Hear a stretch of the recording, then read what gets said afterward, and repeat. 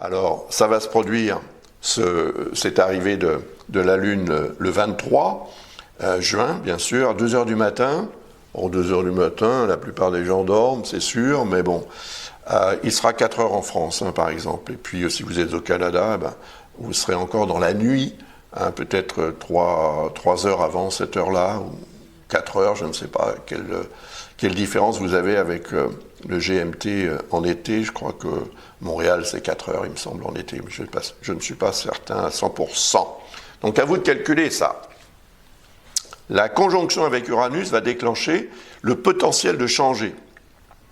Ou bien, ça va déclencher un changement. Ça va produire un changement. Ça va produire un changement inattendu. Et dans cette notion d'inattendu, étant donné qu'il y a quand même cette énergie positive en provenance de Saturne et de Neptune, même si c'est encore un faux aspect, comme je le disais tout à l'heure, du fait qu'Uranus est toujours en Taureau, eh bien, il se prépare quand même à entrer en Gémeaux, et ça le titille, hein, il est sur le plongeoir de la piscine pour plonger dans la piscine des Gémeaux, et il y a peut-être une appréhension, mais en tout cas, il y a aussi un besoin et un certain enthousiasme. Il a envie d'y aller, quoi, parce qu'il sait qu'à partir du moment où il sera en harmonie avec Saturne et Neptune, et en harmonie avec Pluton, ça va soutenir. Ces 4 copains-là vont devenir vraiment très complices pour améliorer nos vies. Donc un changement peut être possible, mais il y a une dissonance de Mars, qui est une fausse dissonance encore une fois, hein. Mars est dans un signe de terre, le signe de la Vierge, et Uranus également. Donc Terre, c'est pas une dissonance, pas du tout. Mais ça peut paraître en être une. Or, si ça paraît trop en être une, vous allez risquer de ne pas agir ou réagir, ou bien vous allez réagir complètement à côté de la plaque, comme on dit.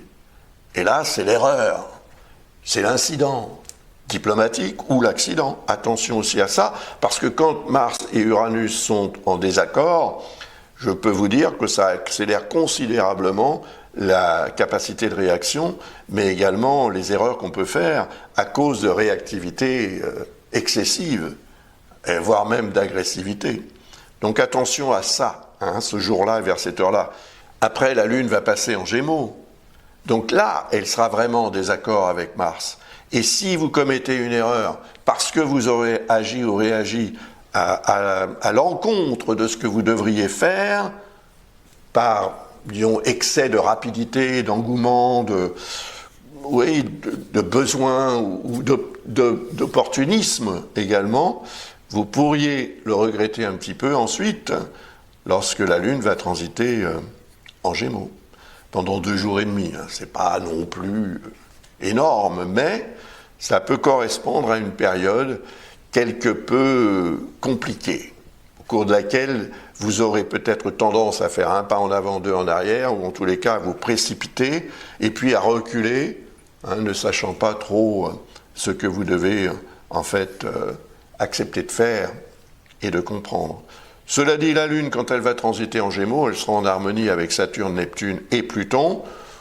Ça va, ces 3-là vont être du côté de la Lune et du vôtre, en l'occurrence, pour vous aider, même s'il y a un incident de parcours à cause de votre excès d'enthousiasme ou d'avidité aussi, peut-être, pourquoi pas, ou de réactivité, éviterait le pire. Souhaitons-le en tous les cas, parce que après son transit en Gémeaux, évidemment, la Lune, tiens, ça ce sont mes ouvrages. Alors si l'astrologie vous intéresse, c'est que vous voulez vous initier ou améliorer vos connaissances d'une façon ou d'une autre, vous avez ici tout un tas d'ouvrages que j'ai écrits et qui pourraient vous être utiles. Alors, eh bien maintenant, on arrive à la fin de cette vidéo avec cette nouvelle Lune.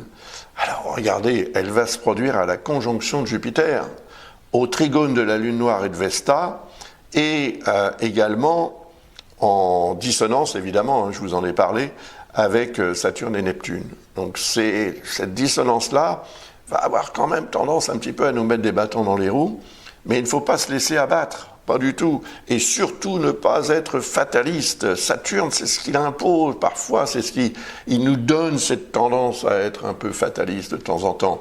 Et c'est dommage parce que finalement, c'est un astre qui peut nous aider si on est prêt à mettre le temps qu'il faut pour arriver là où on veut aller. Et réaliser un rêve, ça n'est pas forcément simple, ça peut prendre du temps. Saturne représente le temps, donnons du temps au temps, faisons du temps un allié et tout se passera bien. Je pense en tous les cas que là, on serait en présence d'un vrai potentiel. En prenant son temps pour réaliser un grand projet et évidemment focaliser sur la réussite, on sera certainement favorisé pour effectivement arriver au but qu'on souhaite ou souhaitera atteindre. Enfin, je vous en parlerai de ce thème dans la prochaine vidéo que je mettrai en ligne sur cette chaîne. Et en attendant, je vous remercie. Aujourd'hui ou hier, c'était la nouvelle lune. La nouvelle lune en Gémeaux.